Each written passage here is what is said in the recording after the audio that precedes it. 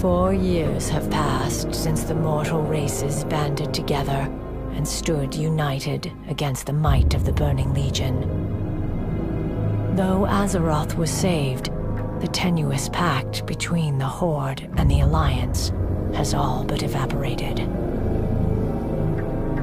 The drums of war thunder once again.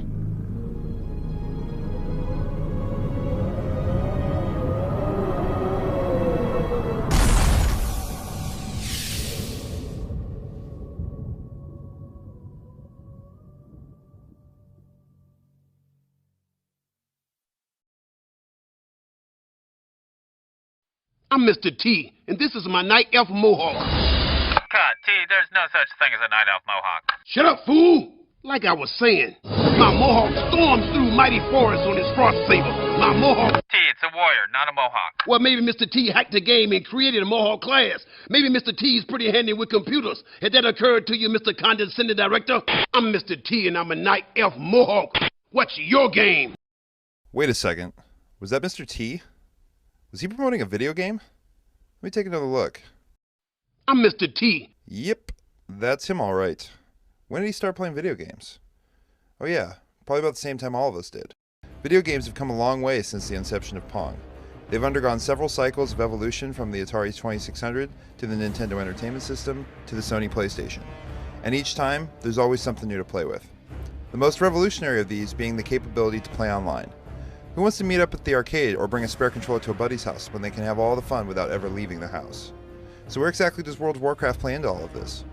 For those of you amongst the uninformed, World of Warcraft is part of the gaming genre known as an MMORPG, which stands for Massively Multiplayer Online Role-Playing Game. In an MMORPG, the player creates a character, also known as an avatar, which is used to interact with other players in a massive virtual world. Simply put, World of Warcraft isn't the first to do what they do, they merely do it right. So what has success brought the creators of Warcraft? Money, and lots of it. With close to 10 million subscribers paying $15 a month, there's definitely no shortage of it. World of Warcraft is so popular that a feature-length film with a budget of over $100 million is currently being planned. So all the popularity is great, right? Not necessarily. Because of all the popularity, Warcraft has been under much scrutiny. The biggest concern amongst the population is the addictive nature of World of Warcraft. Many subscribers end up playing so much that they often neglect various aspects of their life, including their health, their job, their social life, and more. This has become such an issue in China that the Chinese government has passed a law requiring Warcraft to have an in-game timer that restricts the playtime of its users. But is this a serious problem that needs to be addressed, or is it simply part of the evolution into a digital society? I've been playing World of Warcraft for about 3 years, about 2 to 10 hours, 2 to 15 hours, every day if I can. I like the whole player versus player aspect. You get to kill other people, I mean, not in real life, but in the game, and just see what the reactions are and, what they say and bend. You meet a lot of new people. I've met people in Australia that I still talk to every day, and, they're really cool. Basically just meeting new people is pretty much a really good benefit, From my personal experience, I've gained a lot of weight from it. I've really didn't lose friends, but some of them I really don't talk to that much anymore, It's just, stuff happens, I guess, so. There's been some other things in my life that I've been addicted to, but World of Warcraft or these MMOs, it's a pretty big addiction. I mean, I know a lot of people they get addicted to it and they can't stop playing it, and it's almost like a tobacco, you just want to keep going back for more and more, and so. I've been playing World of Warcraft for 3 years now. I play World of Warcraft probably 6 days a week. When I play for about either anywhere from 2 hours to 14, 15 hours. I like playing MMORPGs the most because the social aspect of the game, it is a very strong social aspect. And without the social aspect, I wouldn't be spending so much amount of my time on it because I'm having fun with other people as well playing the game.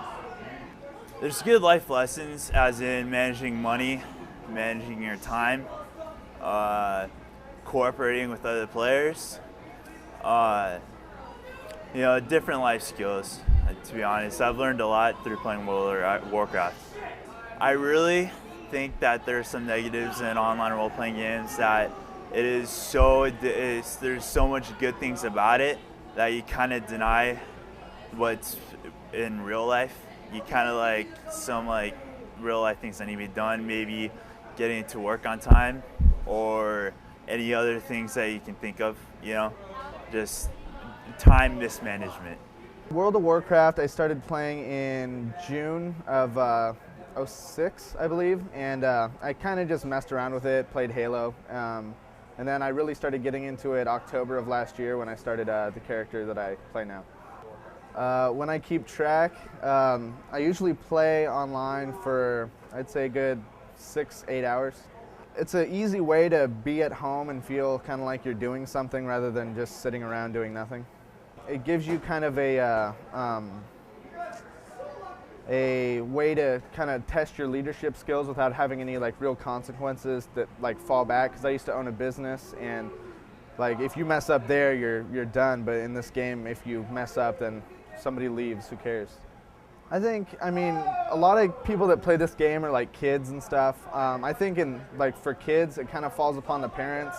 But I think in this day and age, the parents are so much okay, I get a break from them, have them go do whatever they want. But for people my age, I'd say it falls on us, just because if you don't pay attention to what you're doing, you can get lost in it. I actually think it'd be better to ask how many hours was I away from World of Warcraft. My day was pretty much based around getting on, logging on for raids, farming for stuff. Work was kind of there just to kind of keep me going and support my habit. It was really just kind of an escape from everyday life. You know, you can jump on your computer and log on and just basically forget about all your crap that you had to do that day, or things you've got planned in the future. You can kind of just focus on getting the task done, completed, that you wanted to do. I gained more in-game friends, and I gained more relationships with people online rather than creating new connections with people in real life. More detrimental to my personality, I would think.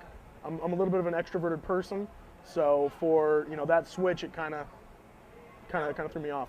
It's a double-sided sword here. You've got the younger crowd that's wanting to play these games because their friends play them, or for any given reason. And then you've got, on the other side, the parents that don't want these games to be coming out, with the hilt of the sword, of course, being the game developers. It's tough to say who's to blame. I don't really think there's a finger to be pointed in a sense. It's more of a collective effort of what is an individual eventually going to do. I mean, if a person feels more secure with themselves online, then they're going to gravitate more towards that situation. People like myself, I mean, I'm trying to get rid of my World of Warcraft account. I would tend to gravitate more towards, a real life situation. As far as a remedy to the whole, online player games, I don't see it to be a problem. I see it to be an issue, not a problem, in a sense. Where people can fall on both sides of the berm in this one, it's the same thing. I don't think there needs to be a remedy. I just think that more people need to be conscious of how addicting games like these can be, and at the same time they need to understand that they need to exercise moderation from their own standpoints. So what's the solution? Is World of Warcraft a major issue? Should something be done to stop it before it can affect millions of others? Or is it possible that Warcraft is merely part of the transition from a local society to a more digital world domain? Older generations had a terribly difficult time trying to understand the things we embrace in everyday life, such as rock and roll and television. Is this merely the next big thing? There are many questions to be answered, but there is one definitive answer. This issue will be around for quite a long time. However, it's safe to say that when it finally is decided, the way we do things will be very different.